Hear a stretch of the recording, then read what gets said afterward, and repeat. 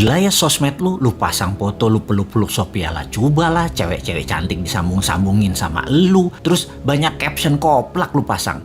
Kalau di sosmed gue ada begituan, 2 hari bini gue interogasi gue, besoknya anak gue, besoknya kakak gue. Nggak selesai dah pertanyaan mereka yang gue harus jawab. Ini adalah komentar sahabat saya yang namanya pernah ada dalam list 20 calon wapres atau presiden Indonesia. Dia pun bertanya, bini lu nggak marah tuh? Yang saya jawab, dia juga banyak dapat kiriman dari temen-temennya. Setiap foto-foto koplak begitu yang dikomentari, si Kang Mas mah memang koplak, memang sontoloyo, dia memang begitu. Hidupnya memang bermain banget, having fun, seru-seruan. Ya memang begitu aslinya. Bukti lain, adiknya komen. Ini istri saya ngomong ya. Bukti lain, adiknya komen. Yang sama juga, teman-teman dekatnya komen. Ya sama juga ketika ditanya kayak gitu. Jawabannya seragam. Ini orang emang sontoloyo banget, itu aja. Lalu dia meneruskan, kalau kandidat presiden 2024 masang seperti lo di sosmednya, pasti dihujat followernya dan dibanting pintu di rumah. Tidur di luar, diusir bininya. Lu malah buat meme-memean sekeluarga dan teman-teman deket lu, malah ketawa-ketawa seru. Aneh bener ya. Ini komentar yang dia lanjutkan. Berarti lu di rumah berdaulat. Kalau orang berdaulat di rumah baru pantas memimpin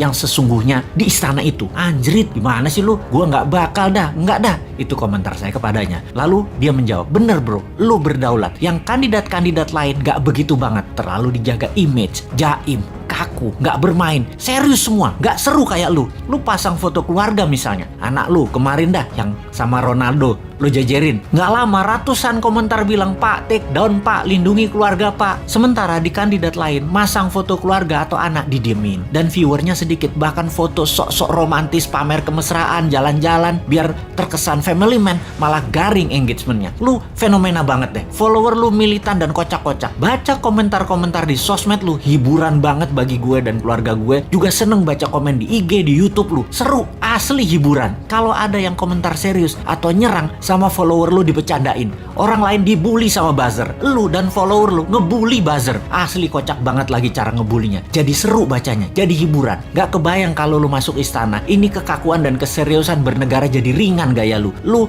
kayak zamannya Ronald Reagan dan Obama kalau gue lihat. Ini seger banget buat pembeda. Karena selama 3 presiden terakhir belum nemu gaya baru. Semua serius gayanya. Bahkan kandidat yang ada semuanya bergaya sama dengan 3 presiden terakhir. Gak ada bedanya, gayanya mirip-mirip. Bagaimana? Lu serius mau nyalon? Saya jawab, enggak. Gue mau siapapun yang jadi, bawa konsep MMT bernegara. Indonesia tidak tergantung Tiongkok dan Amerika. Amerika dan Tiongkok itu hanya minoritas di dalam membangun bangsa dan negara Indonesia. Konsep ini harus diketahui oleh 200 juta warga Indonesia yang usianya saat ini di atas 14 tahun. Agar 3 tahun lagi masuk bawah sadar mereka. Abis itu, kalau konsep ini dijalankan, gue balik kampung lagi, macul di sawah, sama ngewirit pakai tasbih emas. Belagu banget nih petani dah.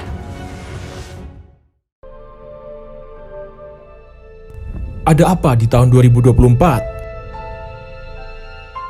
Kita nggak perlu selebgram yang terkenal, yang mahal, atau selebriti yang mahal. Tenaga surya itu 1 mega 1 hektar. Tapi kita tuh elektrifikasi baru 1000 kilowatt hour per orang. Tahun 2024 itu yang saya sebut digital political. Digital political berarti aku itu. Dan akan ini terus berdatangan ya. Energi tenaga nuklir tanpa radiasi. Jutaan UKM mulai dilirik dunia dengan digitalisasi.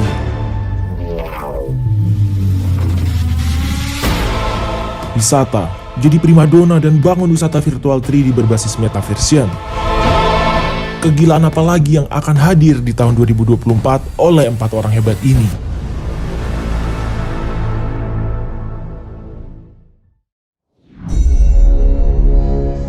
Pada saat live IG Bosman minggu lalu, ada beberapa hater mengatakan dengan menulis di komen, "Fuck Bosman," memaki dan menghardik. Tapi kita mah nggak baperan, seru-seru aja. Di sisi lain, banyak sahabat yang gerah. Di sini kita harus meluruskan. Dunia politik memang kental dengan istilah propaganda. Propaganda tujuannya adalah merubah mindset untuk melindungi kepentingan pejabat. Penting untuk merubah banyak mindset agar menyetujui tindakan mereka. Kalau ada yang tidak menyetujui, maka terbaik adalah dengan membuat mereka yang idenya berbeda tersebut dibenci. Kebencian itu sesungguhnya tidak ada. Kebencian itu harus ditanam. Ketakutan juga sama, tidak ada. Ketakutan itu harus ditanam. Itulah senjata buzzer. kebencian, dan membuat ketakutan.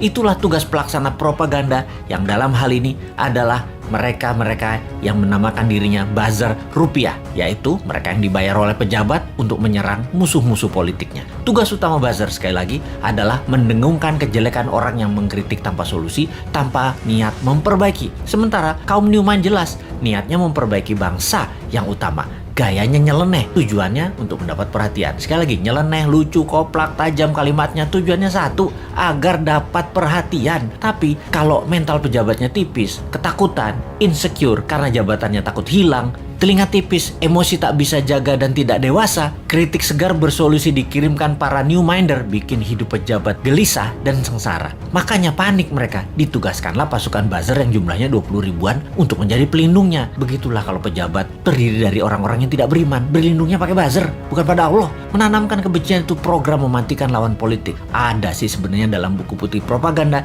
yang banyak diajarkan di akademi-akademi militer. Newmind itu sering mengkritik, namun selalu memberikan solusi. Lalu kesannya anti pemerintahan secara keseluruhan, padahal hanya anti pada 2 orang pejabat doang. Karena dikesankan Newmind saat ini anti pemerintah, maka Newmind harus dipudarkan.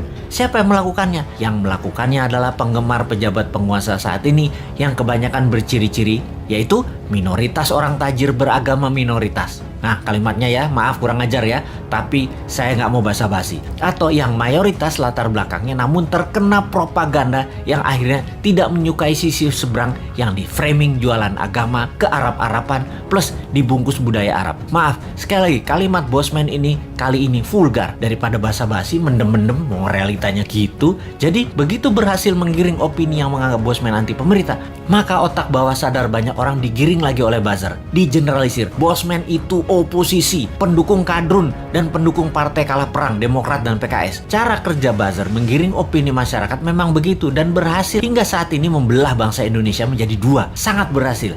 Namun efeknya sekali lagi membuat bangsa ini terus aja banyak konflik. Kalau Bosman mengajak diskusi yang beda pemahaman bernegara, tidak membuat belah negara ini jadi 2. Old mind, new mind, tidak membelah rakyat di bawah, tetapi menjelaskan adanya otot pengetahuan lain atau muscle knowledge yang itu akan menambah dewasa banyak pihak. Sehubungan dengan old mind versus new mind dalam konsep bernegara, Bosman mengatakan berkali-kali, new mind adalah siapa saja yang menganut MMT ekonominya, nasionalis patriotis, tidak tergantung asing bernegaranya, pro-life, mendukung sustainability lingkungan dan membuat Indonesia menjadi negara superpower di ulang tahun kemerdekaan Indonesia yang ke-100 yaitu tahun 2045. Mereka adalah para new minder. Fenomena ini, incumbent dan oposisi, keduanya pernah menjabat 20 tahun terakhir. Terbukti, tidak membawa Indonesia menjadi negara superpower. Makanya, new mind bertanya, 24 tahun ke depan masih mau sama mereka lagi pola pikir dan pola tindaknya? Atau mau main baru pakai bernegaranya ala new mind? Inilah demokrasi. Kalau kalah new mind, legowo juga. Nggak muring-muring, ngacak-ngacak, demo-demo. Nggak baper, basi itu mah. Buktikan saja di dalam kehidupan keseharian new mind. Kalau ternyata kaum new mind lebih makmur, lebih sehat, lebih bahagia, ya monggo diadopsi secara nasional.